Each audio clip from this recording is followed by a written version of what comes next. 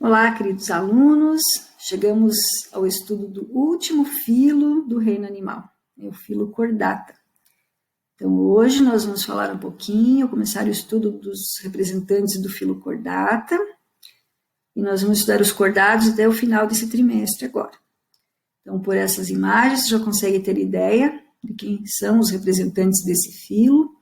Nós temos aí os anfíbios, os peixes, os répteis, aves, mamíferos, e mais uns grupos aí que nós vamos ver que são grupos basais dentro do filo Chordata. Então, veja que são os mamíferos, nós humanos estamos incluídos então no filo Chordata.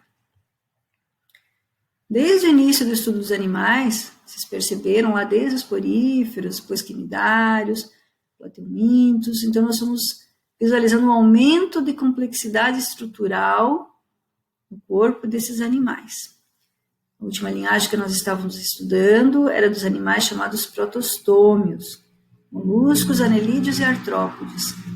Tem em comum a característica de lá no na blástulo, blastóporo da origem, depois a boca. Então tinha todo um padrão de animal protostômio. Agora, nessa semana, nós estamos estudando uma outra linhagem, a linhagem dos animais deuterostômios, ou seja, lá na blástula, o blastóporo vai derivar e formar o ânus, e a boca surge na extremidade oposta. Também nesse grupo aqui, nós vamos ver que o celoma, que é essa cavidade extensa cheia de líquido, surge por uma evaginação da parede do intestino primitivo, ou arquêntero, por isso, enterocelomados. Tá? Então, deuterostômios enterocelomados, é o grupo dessa semana. Aqui eram os protostômios esquizocelomados. Então, veja que aqui nós temos os equinodermos e os chordados.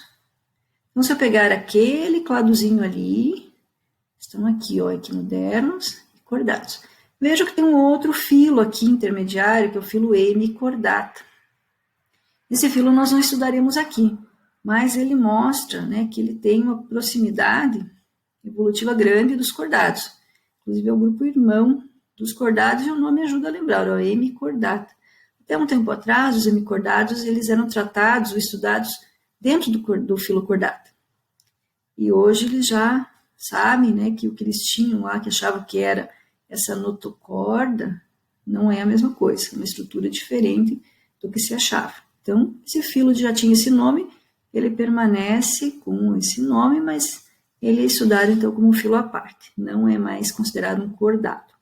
Então, nós vamos estudar hoje as principais características, vejam que distingue chordados dos outros filos animais, não esquecendo que eles compartilham com os equinodermos dessas características aqui embaixo. Então, o enteroceloma, e a questão do celoma, principalmente, já que eles são deuterocelomados. Vamos estudar um pouquinho, então, do filo Chordata. Nós temos 3 subfilos do filo Chordata: os urocordados, os cefalocordados e os vertebrados. Aqui nós temos um representante de cada grupo, de cada subfilo. Aqui, para representar o subfilo Urochordata, também chamado de tunicata, nós temos uma assídia, esse é um indivíduo adulto, veja que ele é bem diferente de um chordado ou de um vertebrado, por exemplo. Mas já vê quais são as características que são tão distintivas, que mantêm esse grupo aqui, os tunicados, urocordados, como chordados. Esse é um indivíduo adulto, essa aqui é uma larva, e veja que a larva lembra um girino. Então, aqui nessa condição, nessa fase da vida, é que nós vamos encontrar aquelas características distintivas ou sinapomórficas de chordata. Então, aqui uma assídia representando o urochordata. Aqui embaixo, o Amphioxus, representando, então, o cefalochordata. Então, são animais vermiformes, esse aqui de fundo arenoso. E aqui um peixe representando, então, o subfilo vertebrata. Nem todo vertebrata tem vértebras, que é a coluna vertebral típica da maioria. Vamos ver que alguns peixes mais basais, eles têm apenas um crânio, não têm as vértebras. Mas mesmo assim é considerado dentro do subfilo vertebrata. Esse é o nome do taxon. Só para recordar, o filo cordata, como a maioria dos animais, bilateralmente simétrico, né? Estamos representando a simetria bilateral, todos triblásticos, celomados, enterocelomados, mais especificamente, e deuterostômios. Essas características compartilhadas também, então, com os equinodermos. Específicas, características sinapomórficas de cordata. Então, uma delas é a que mais chama atenção porque é que dá o nome ao grupo. A presença de uma notocorda. Nota é dorso, corda é um bastão, um cordão. Então, é um eixo de sustentação do corpo e que tem posição mais dorsal, fica acima do tubo digestório. Veja aqui a notocorda. Então, esse eixo de sustentação, ele é um tanto firme, mas ao mesmo tempo ele é flexível, e é nessa notocorda que ficam inseridas os feixes musculares, que vão então permitir deslocamento se esse animal for um animal móvel. Então, em alguma fase da vida, os cordados têm que ter tido a notocorda. Na maioria, a notocorda vai desaparecer no adulto e vai no lugar aparecer uma coluna vertebral. Mas a notocorda está presente em todos, pelo menos no estágio de embrião. Assim como o tubo nervoso, que é dorsal. Então, acima da notocorda, nós temos aqui o tubo nervoso dorsal. Vejam que é oco. É diferente do que nós vimos lá nos protostômios, nos anelídeos, nos artrópodes, que eles tinham um cordão nervoso e lá era ventral. Veja que aqui nós não temos na região ventral a parte nervosa, ela está na parte dorsal. Então, é o contrário do que nós vimos lá nos protostômios. Certo? Então, isso é característica cordada.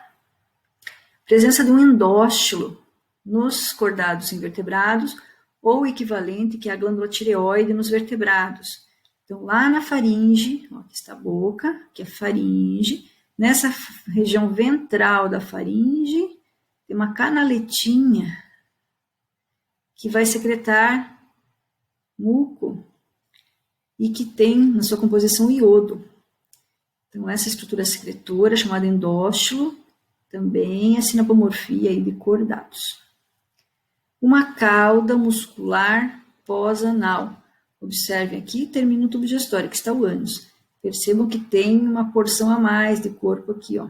A notocorda, tubo nervoso. Aqui uma cauda pós-anal, que vai ajudar na locomoção, caso esses animais sejam animais móveis. Em muitos, essa cauda vai desaparecer no adulto. Em outros, ela permanece. Então, aqui um detalhe dessas estruturas da notocorda, mostrando o que ela é feita, mostrando, então, esses miótomos, que são esses feixes musculares que ficam presos aqui na notocorda, e a cauda pós-anal. Veja que no caso do peixe, ele mantém essa cauda no adulto. O que nós vamos observar aqui também, o tubo nervoso dorsal, como eu já tinha mostrado, acima da notocorda, e aqui no tubo digestório, a faringe toda cheia de fendas, de perfurações. Essas fendas faríngeas são bem características de cordado também. E aqui, ó, no adulto, nos peixes, essas fendas são mantidas. Então, a água vai entrar pela boca do peixe, aqui vai ter um ossinho protegendo essas fendas e as brânquias, mas a água vai sair pela lateral da cabeça do peixe, no momento que ela passar aqui para fazer as trocas gasosas. Então, essas fendas faríngeas estão presentes nos cordados mais basais, que são os tunicados cefalocordados, e ela vai desaparecendo ao longo dos grupos. Então, ela é só mantida até os peixes. Depois, ela não está presente mais a partir dos anfíbios. Então, percebam aqui que nós vamos então, visualizar todo o filo cordata. Os dois primeiros ramos aqui são os chamados de protocordados, tanto os tunicados, o urocordata, quanto o cefalocordata, podem ser chamados popularmente de protocordados, já que eles, né, são os mais antigos na história evolutiva dos cordados. Todos os demais são do subfilo vertebrata. Então, veja que nós temos 5 grupos aqui de peixes, depois os anfíbios, os répteis, as aves e os mamíferos. Então, nós vamos estudar os cordados, até o final desse trimestre. Então, ainda temos um caminho aí percorrer. Nessa semana, nós vamos estudar os tunicados e os cefalocordados. Depois, na próxima semana, nós começamos a estudar aí os peixes. Certo? Então, filocordata, com 3 subfilos. Urocordata tunicata, cefalocordata, que nós podemos chamar de protocordados, em que não possuem uma coluna vertebral. Os ditos eucordados, o que nós vamos observar é que a notocorda ela é substituída pela coluna vertebral. Então, aqui o subfilo é dito vertebrado. Vamos perceber que os primeiros 2 grupos de peixes, eles têm um crânio, mas não têm uma coluna vertebral ainda. Certo? Então, são os grupos mais antigos de peixes, eles ainda mantêm a notocorda no adulto e têm um crânio já que é protetor. Então, isso vai ficar para a próxima aula. Então, não perca, nós vamos falar na sequência sobre os tunicados e também essa semana sobre os cefalocordados. Então, por enquanto, vamos ficando por aqui, até daqui a pouco.